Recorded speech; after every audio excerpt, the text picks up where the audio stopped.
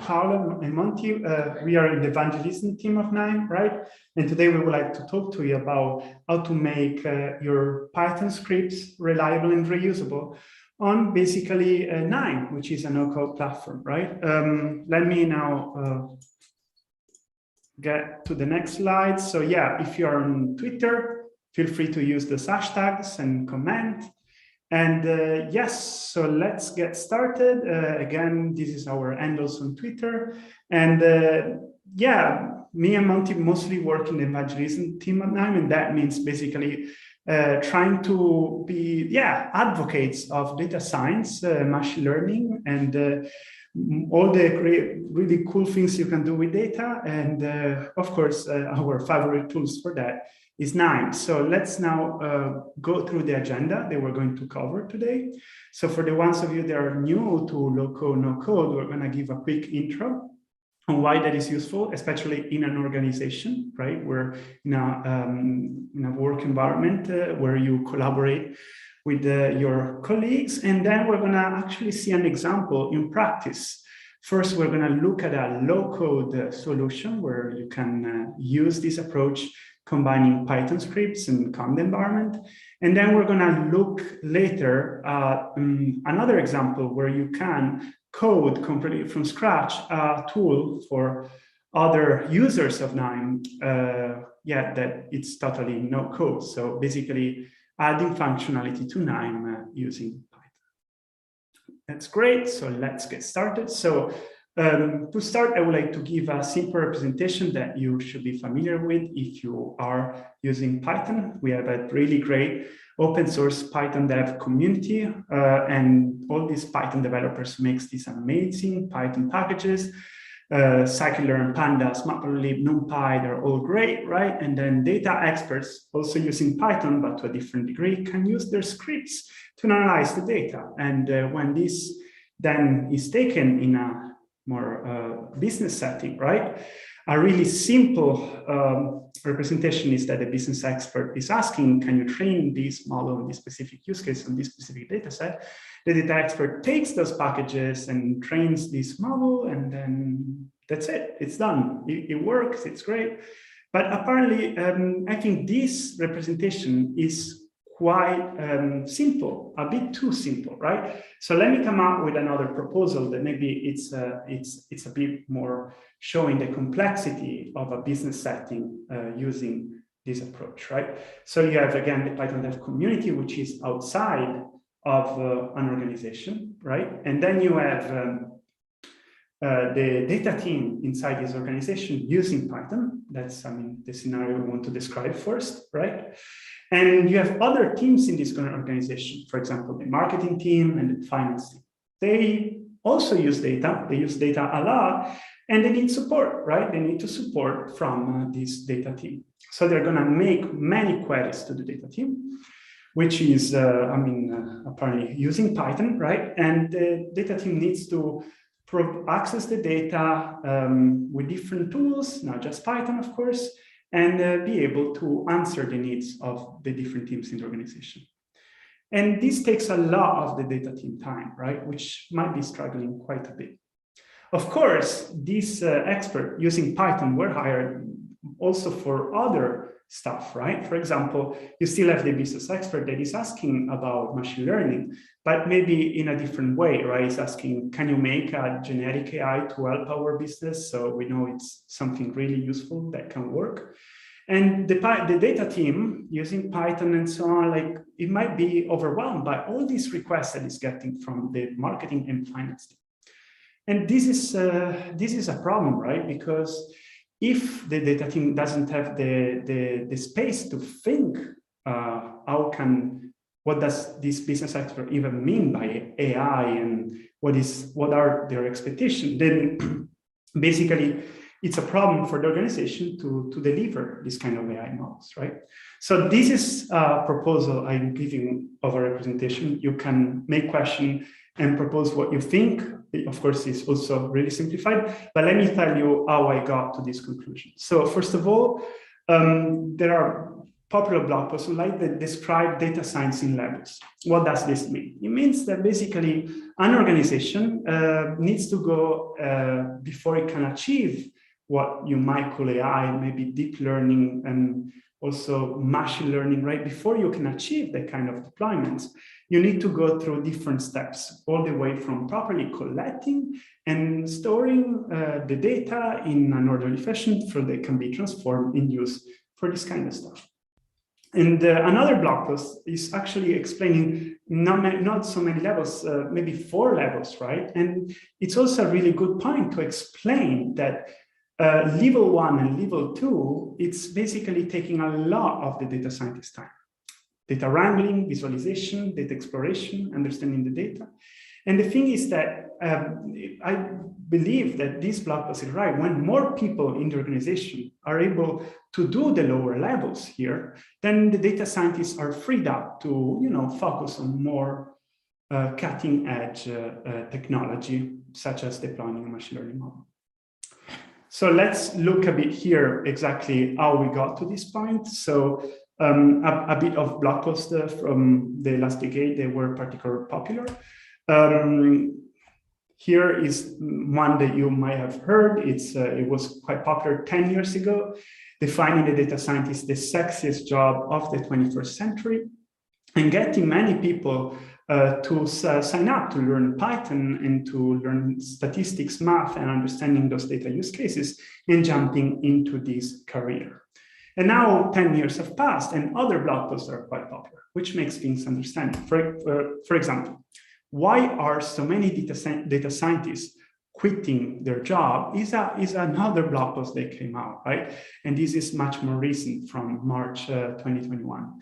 And this blog post is describing there are 2 main reasons on why this is happening. And one is the mismatch in employer expectation, what is actually expecting from these data scientists who understand data, who can code and understand statistics and the business.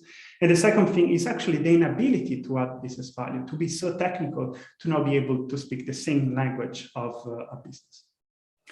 Then the same author of the first blog post, that is the Business Harbor Review, came out with another blog post which says, is data scientist still the sexiest job of the 21st century? And interestingly, they bring up the problem that it's really hard to find a single job incumbent to process all these skills to go from scratch to all the way deploying an AI model. And again, it's possibly pointing out that there are, of course, new tools to give the opportunities for data scientists less technical to be able to do data science with simply a quantitative training, so-called citizen data scientists. And again, that coding is somewhat less essential in data science. So what are we talking about? What are those tools? That's it, the rise of low-code, no-code tools. Those are tools that basically allow you to create software without coding in a way, right? So you have a user interface, you drag and drop, maybe you have a small scripts of code, and you're able to do really fast, really complex things with it, right? So, of course, this is also applied to application in general, so like data web apps and phone apps and websites, but it's also applying to data science, like this other blog post mentions, the low-code data science is the future, and also called visual programming can do complex data science. So let's go now and see a bit more what this low-code, no-code is. This is usually the no-code that is quite popular at the moment. And the one that, of course, we support is using directed acyclic graph. So basically the opportunity to drag and drop colorful blocks, one of the others, which we call node, in all together, they come out as a workflow. You keep on dragging and dropping them together until you create your analysis. In this case, we are accessing some data, we are partitioning some data, we perform some missing value imputation, we do normalization, we add a logistic regression learner, we then need to apply the same transformation based on the train set on the test set, and then we simply use a predictor to be able to predict the data, and once we predict the data, we can then compute the performance of the model, all of this without any coding. That is totally no code from accessing the data all the way to data preparation and accessing a confusion matrix. Sorry if I'm going too fast, but here we need to show you a lot today, right? So this is no code. What about low code? Low code, in my opinion, is basically the idea that you can add selected points of these workflows, these special script nodes where you can actually code just a certain bit of analysis, right? We support, like in this case, we are writing here a Python learner node, data gets in, a Python object gets out, of course, a model in this case. But the idea is that you can also use the same approach for R, JavaScript, Java, and what else do we have here? PySpark, right? So that's the same approach. In selected points of your analysis, you can still code a bit if you want. Okay, so this no-code, low-code approach, let's now think how this could help the problem I was describing before. We have the Python development community making all those packages, and we have the data team here that is using a combination of low-code, no-code, that is Python and also workflows.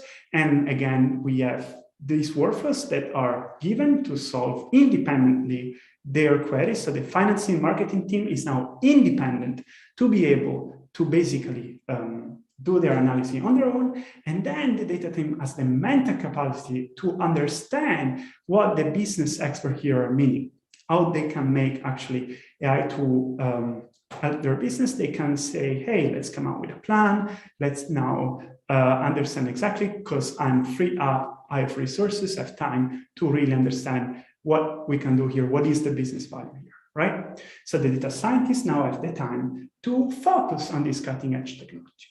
All right, so that's today what we want to show you, how you can mix basically these Python packages that you love with KNIME, this no-code tool.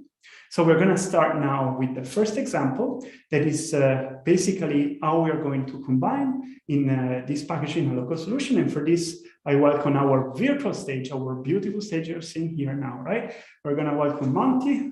Come, Monty, and I leave the stage to you. Thank you. Thanks, Paulo. So I think Paulo gave a nice introduction to low-code tools, the low-code solutions, and the low-code approach. And I'm going to use my slot here today to talk about low-code solution, how we can build low-code solutions using KNIME Python, and also what are the different steps in it. So I'll provide you demos on this as well, but in a stepwise manner so that you can follow it and build low-code solutions. So to do that, to do this particular demo, decided to go with a simple use case. The use case here is basically a pizza company that's in San Francisco, and it's delivering pizzas across the city, and they have delivery agents who are responsible for doing so. As you can see in this picture, a particular delivery agent could start from a particular location, point A or B, and he or she could take any path, like in this case, the blue route highlighted, and reach at their destination and finish their trip. Now the company wants to find out what is the total trip distance of each delivery agent given their GPS coordinates. I know this is a simple use case. There could be many more complex use cases that could be solved using the low-code approach. But today, to make it simple and relatable, and which could be scaled up later on, I'll just tell you how we build solutions for this simple and hypothetical use case. So let's look at the data first. So we see that in here, if you look at the first table, the data is arriving from two different sources. With the first source, I get the trip details. That means the agent code, which are the destinations, the name of the destinations or the places from where the particular delivery agent has passed or delivered pizzas. So the trip start point and the end point. And then I have a location coordinate, the second table, which provides me the longitude and latitude information of all the premier, or I would say premium locations in San Francisco. Now, as a data scientist, when I join both of these tables, I would get the entire trip coordinates with the delivery agent information and the trip coordinates as well. Now, using this, I am here asked to compute the total distance traveled by this particular agent. Now, when I tried to do a little bit of research on it, I understood that there's this Haversine formula that is mostly used in different apps or Google Maps to find out the distance between two points. So now how this formula came into picture, or the geometry of it, we are not going into that, but I just got to know that Haversian formula is useful in my scenario. Now, if I am supposed to use Python script to solve this particular problem, then I know that in this particular scikit-learn library, we have a Haversian distance function, which could be used to compute the distance. In this case, if I use this Python script, I can see that I get the last column, which gives me the cumulative distance between the points. As in, the strip starts from Golden Gate Park, and then we go to the Fulton Playground, and at last we go to the Rincon Park. So the cumulative column shows me that the total distance traveled was 15.93 kilometers. Now, doing the same thing using low-code approach, as Paulo mentioned, that we are going towards a workflow where we can embed our scripts into some of the nodes. So if you look at the orange annotation in this case, it tells me that the data comes from two different data sources or data tables, and then we join them. After joining, we do some kind of manipulation that the longitude and latitude columns becomes numerical, and then the exact script that I showed you in the last slide is inserted inside this Python script labs node. And guess what? This workflow is now able to estimate the distance traveled by the delivery agent based on the GPS coordinates. And the advantages that we have with low-code approach, as Paulo mentioned, and I'm adding to it, is that this is easy to debug. I mean, if tomorrow there are new data sources, we could just add them to this orange annotations. Also, it's easy to explain, like while talking about it, I think most of the users or most of the audience has got what's happening, what's happening in this workflow. And at last, I would say, if I have to share it with my teammates or someone who is not very good at coding or any other stuff, they could still be able to get what's happening here and make edits on their own. Now, here at KNIME as well, we have tried to make low-code solutions a process as easy to build as possible. That's why we recently came up with bundled packages. Now, to understand bundled packages, I'd like to introduce you to this node, which is the Python script labs node. It came out with version 4.5 of KNIME, and it provides improved performance with our previous node, which was the Python script node. And now you can access the data inside as a pandas data frame or as a pyro table. And it also supports larger data sets by efficiently by making batches of it and then processing it. If you want to know more about it, then we already have a blog post which explains you how the data is accessed inside this node and how it makes your computations faster. Now, the bundled packages. So the concept of bundled packages is, now when you install or when you get this node in your KNIME analytics platform, it installs a Python environment to your system, which contains a list of the packages that are shown on the screen. And this is what we call bundle packages, that now if you want to use Python inside KNIME, you don't even have to care about installing Python or Anaconda or all this stuff. Even if things are not on your system, you could just drag this node and start putting in the Python script that you want without bothering about all the environment variables, etc. To provide you a demo on this, I'd like to go to KNIME Analytics platform. Yep. So that's the workflow which I just showed you in the slides. As you can see, the data coming from two different sources.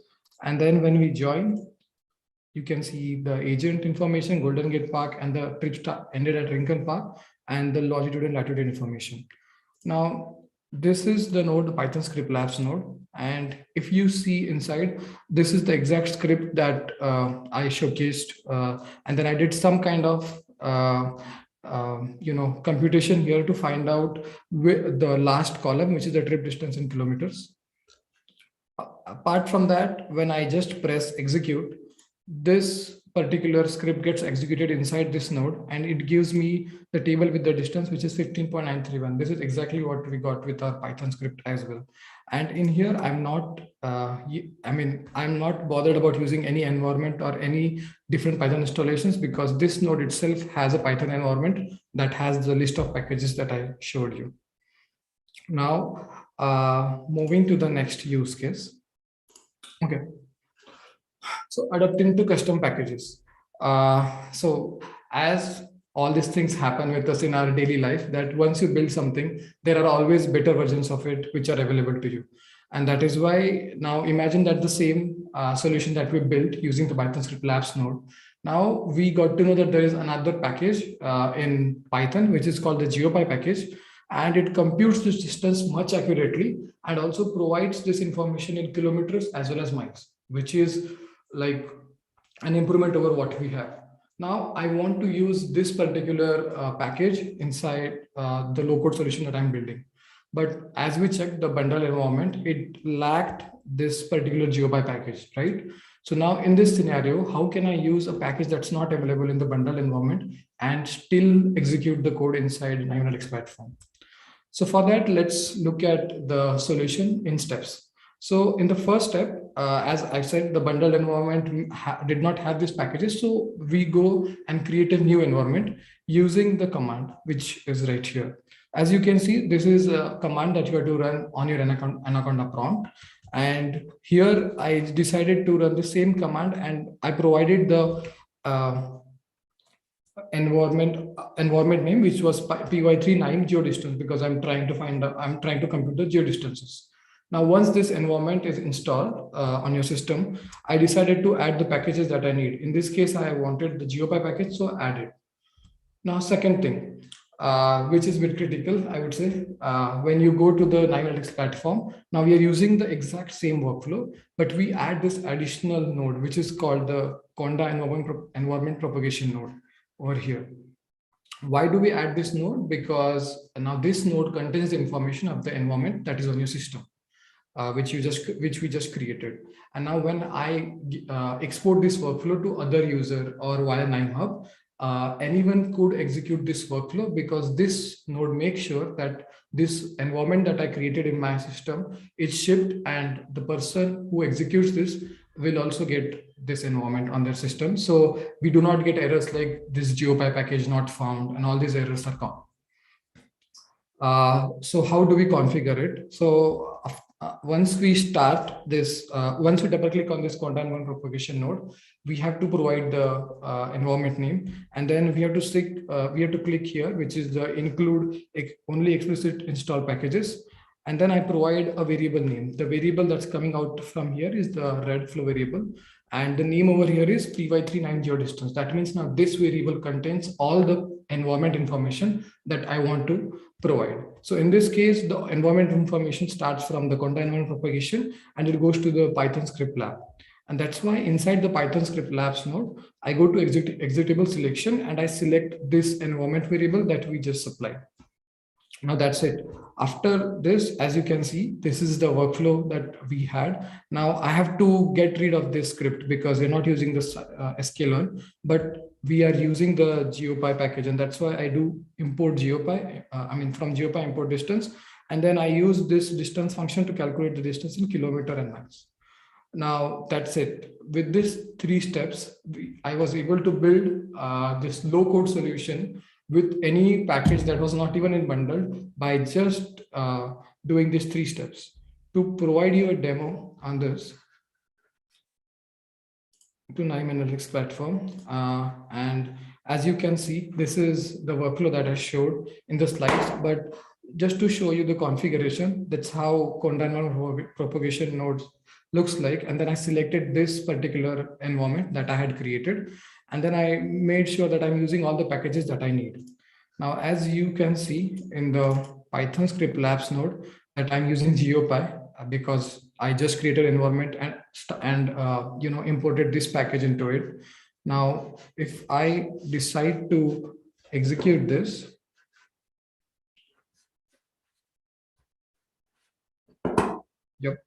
and it's right here. Once I execute it, I can see the table. And now, as you see, the trip distance is much more accurate because we decided to, we extended the trip, and that's why now the trip distance is different because we changed the trip as well. And we have the distance in kilometers and in miles. Okay, now at KNIME, we always believe that if the workflows that you're building could be exported, that's nice, but also reliable and reusable solutions can be built using KNIME components. That means if you're doing this task every day or someone else requires this kind of functionality, you could simply package that inside a KNIME component, like selecting these 4 nodes and then just making a component out of it. If I make a component which I name as geo distance, and then I can say using GeoPy, that means using GeoPy library.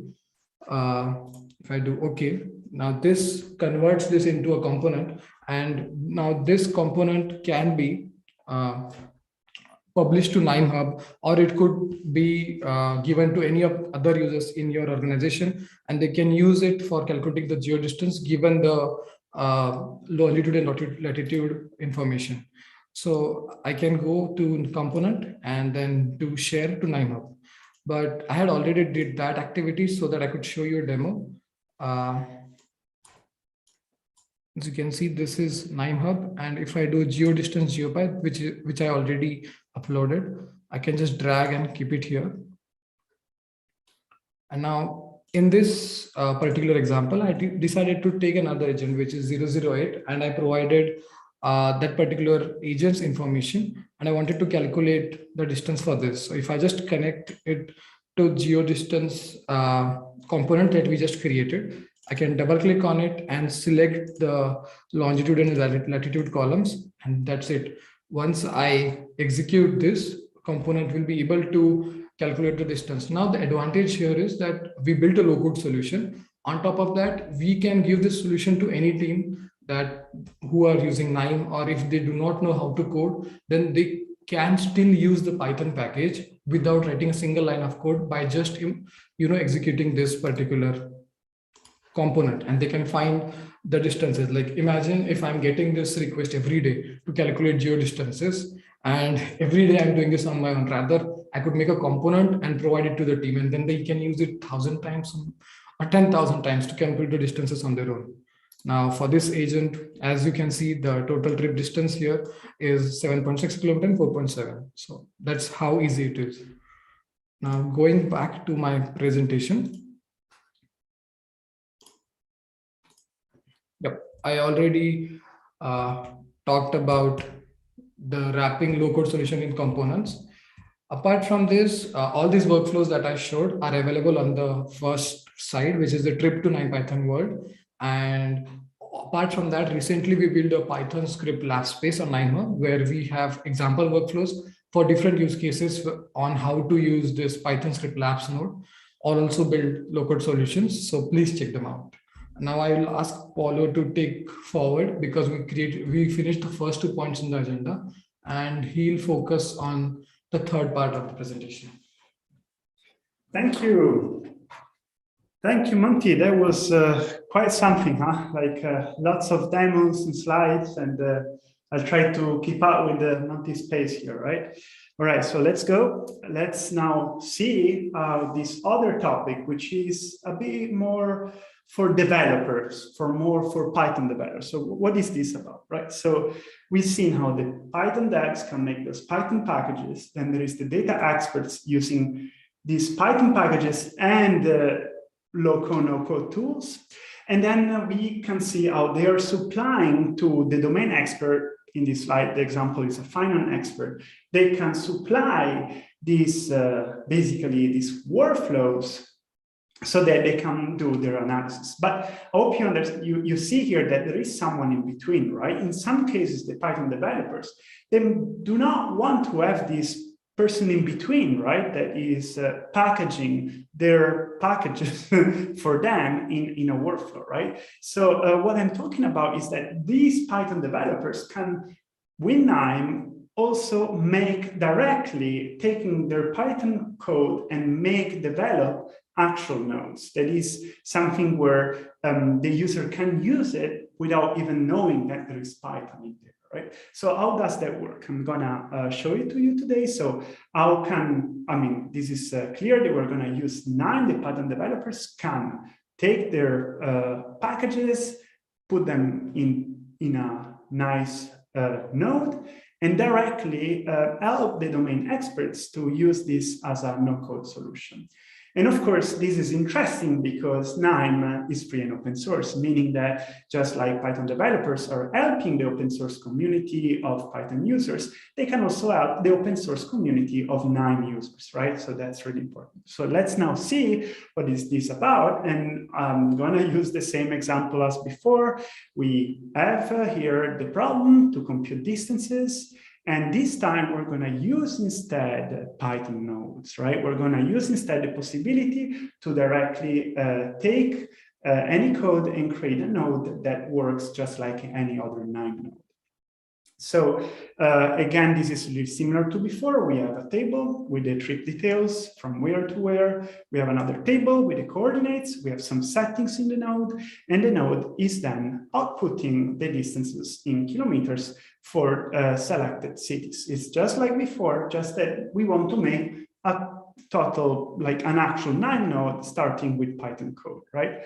So the way that this will feel from any user is simply installing one more KNIME extension made by this Python developer, and then is dragging and dropping, selecting with this dialog the settings, clicking OK, executing. And the user is not really aware that behind there are those Python scripts. It doesn't have access to them, right? So it's all really packaged in there. So let's now look how this is possible. And the first step will be to take, in this case, there is a Jupyter notebook, all this Python code, and properly write all this code in a system of files. We have YAML files, and we have Python files, a license file. And then once this is, we're going to see this step first. And the second step is to take these files and make a KNIME extension that people can install like any KNIME extension. All right, so let's now focus on this particular step here. So how does this work? There are 4 steps. The first step is how to install and configure KNIME Analytics platform with this dev folder, right? That is when you develop the node, you want to make sure that your KNIME Analytics platform is talking to all this series of files that you have.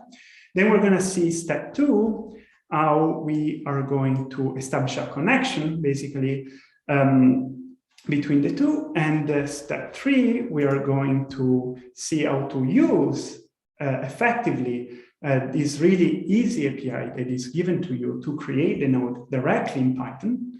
And then we're going to see how to basically add this custom Python scripts from external libraries, so not just the API we give to create the node, but actual your own special code.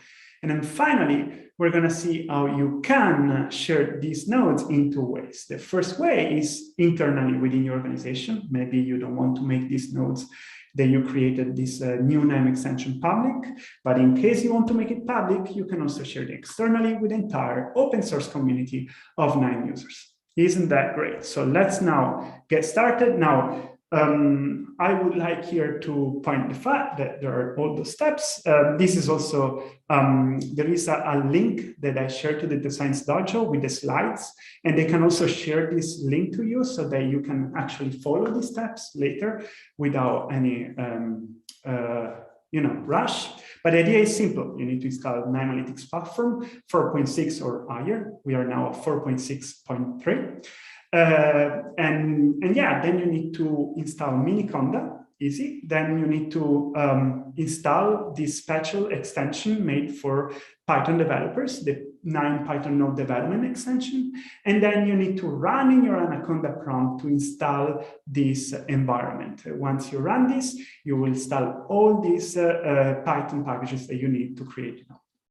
Now you can download this template, which has already all the files for you, right? Which we can call the developer. It's basically a template. We can call it your development folder, right? And in there you have the YAML files, you have your Python files, and you can use these later. We have mostly one YAML file that lets you configure the connection, and then you have the YAML file 9 that contains all the metadata about your extension, and then you have the my extension.py where there is actually the code that defines the nodes and run your Python scripts. Okay, so this is a bit like I could go really in detail about each of these paths, but the point is really similar. You need to tell using this config YAML, like where the files with the Python and YAML files are. You need to tell them where is the environment where you first created this environment with the basic stuff, and you can also add more packages there. And also you need to tell KNIME where this folder is located, right? That is basically to tell them in this special file inside the KNIME installation folder where it is located. Okay, and then we get to basically step 3, but first of all, you want to see whether this works. If it works, you start your KNIME, you restart your KNIME if it was already open, and you should see this My template appearing in your node repository. That means that you're now able to basically use this node, which is just a template, and which we're going to add in now in step 3. In step 3, we can actually open this Python file here, and we can go inside the code to see exactly how we define a node. And even if you're not, I mean, this is meant for Python developers, but it's quite easy, right? It's all about decorators. We have a decorator to set the title of the node, the category, the color, the PNG name, that is the PNG, the logo that is on the node. And then we have some input ports, one decorator for input port and one decorator only, because we have only one output port, so only one class decorator here. That's actually what those decorators are decorating, is this class geodistances, the class of the node. This is where the node is defined. And also here in a doc string, you can provide the node description. Then next, we have the 4 settings on how you can configure the node. I mean, there are also more. Here we have 4 settings because we have 4 settings in the dialog of the node. And then there are 2 functions, just 2 functions, the configure function and the execute function. So you can have more function, but at this level, those are the 2 important functions. The configure is actually configuring the node, and the execute is actually executing the node. The configure happens when you apply, or the user apply the settings inside the dialog of the node. All right, so like here is the settings, right? You have 4 lines of code. What do they mean? Well, they mean that each of those 4 lines of code is a different settings in the dialog with their description appearing in the node description, as easy as that. So we have one string parameter, the first one, and we have 3 other column selection, right? The drop-down column selection, here they are. That's what I was showing you before, right? Okay, and here we go to the next step, which is about basically configuring, adding all the code that was used to make your transformation. So all the packages you need to import after you install them in the conda environment you created in the beginning, and also all the code that is basically performing this transformation and going basically, here I use pandas. You can also use PyArrow, but the idea is that you can transform the data and then return the new output. Make sure just that the configure method is returning the same table schema of the execute method, right? Because that's really important, and the 2 output needs to match the schema. Nice. Now I would like to show you that this is not just slides. I would like to show that how it works in practice. So what we are going to do is that this is the code I was showing you before. And right now, and this is the node, right? The node that I created right now, right? So if I execute this right now, when this is executes, I want it to always print a warning to the user, because there is here in the room with me Monty. So this is what the node is saying, hello Monty, right? It's saying it right here. But if I want to change this, what do I do? So given that I have this debug mode on, I can go in the Python file here, write, for example, hello data science dojo, right? No, dojo, okay. So I can save this. And when I go back to KNIME and I re-execute the node, so I simply need to reset the node and I execute it. You can see now that I'm going here, Zoom is in the way. So now when it's re-executing, we have here, hello data science dojo. Maybe I can zoom some more, but basically that's it. It's telling me hello data science dojo. All right, this is a really simple example. I cannot go here in detail and do more real life coding, but that's the idea that shows you that you can develop your Python script and you can see how the node reacts live in your analytics platform.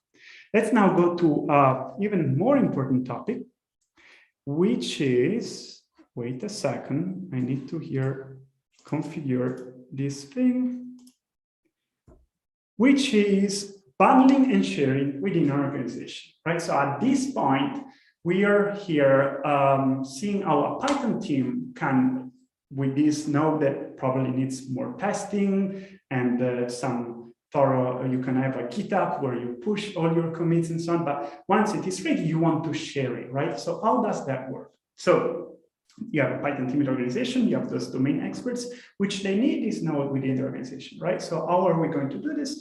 How we can deliver to them these nodes? So this is a bit going quite a bit in technical detail, but the idea is that you can actually create a new environment and then run this bundling operation that is going to take all these files where you were implementing your node and create a folder which you can zip and share within the organization. This is giving you an update site, which is basically local, and people can simply go in their analytics platform, they can add this new update site, and from there, they can simply install the nodes that you send them in this zip file, right?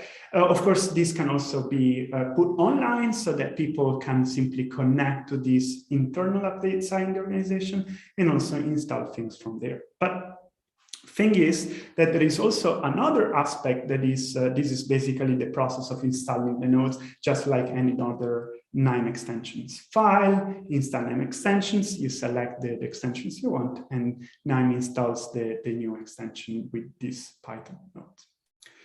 Great, but what about another approach, which is basically that the Python developer community wants to contribute in these new functionalities to the KNIME open source community. This is also possible, and this basically means making those Python nodes available on KNIME Hub. So KNIME Hub is this online place where the community can find all the nodes that KNIME offers from the community and from KNIME as a company, and also can find examples and all how they are packaged, these nodes in extensions, and so on and so forth. So let me just give you a quick overview of how this looks when you want to basically share these nodes with the community. You need to basically just do some testing locally, and you can bundle all these operations. You can basically then share your code after you do all this testing and bundling, and you can share it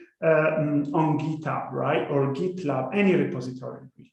And then you can attach some, also provide some test flows and send a request to us at community-contribution@knime.org, and we will get back to you. This is, we understand that this is quite manual at this moment, but we are still coming up with a way that will be probably, most likely automated in the future, that you can just publish your nodes here online.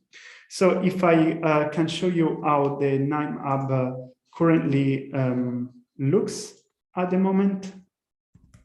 So this is app9.com. We have right now 12,000 workflows, 4,200 nodes, 1,100 components. And if you go here, you see all the nodes. You can already see many community nodes. Those are mostly nodes that the community of KNIME is already sharing. They are mostly based in Java, and we hope, given that this new feature just came out last June, that we're going to see here even more nodes now that also Python developers, not just Java developers, can supply those nodes on KNIME community. Okay, so that's great. I will now just pull up the few slides. We have still 10 minutes, so let me duplicate the slideshow here. Okay, so wrapping up, you can develop KNIME nodes using Python. You need KNIME Analytics Platform 4.6. You need also, you can use a pure code approach then, so that you can define your nodes. We have a blog post where you can find exactly this example in 4 steps. We have the actual code that I was playing with is already on GitHub. You can find it there to see what I was doing before with that Python file. And you can actually see the documentation that actually goes in way more details on all the things you can do with this API. Thank you now. Thank you, Data Science Dojo. Please use the hashtag on Twitter if you're on Twitter. And just before the Q&A, a small announcement, which we would like to tell you about, that the KNIME Fall Summit is approaching. That's November 14 to 16. It's going to be in Austin, Texas. You can actually go there. That's great. It's something that we are going back to, right? Live events and site events, but you can also join online, right? So, yeah, that's it. I would like now to, those are the references. We're open for questions, right, Monty? Yes. All right. Perfect. All right. Thank you, Paolo. Thank you, Monty. So a couple of questions now. And we do have, I think, about 8 minutes left, so you ended right on time. So first, this is from David. Are the Conda environments also saved and shared via these components? Sorry, say again. Are the Conda environments? Are the Conda environments saved and shared via these components? Yes, yes. They are. So basically, this is the solution at the moment, right? Yes. Also, all the environment, the Conda environment is shared, and we need to use there the Conda Forge channel, right? Which is totally open source there. And yes, even more important to make this environment as light as possible, right? Because this is. But I believe that it's really great that any domain expert can install. Right, those we are talking about the Python nodes, right? Regarding the node, the Conda node that we had in the first part of the presentation, it's not inside the workflow, right? It's the node that is going to install it for you, right, Monty? Exactly. The node will make sure that the Conda environment that is on the system, on the user who developed this component, will be replicated on the user who is using this component.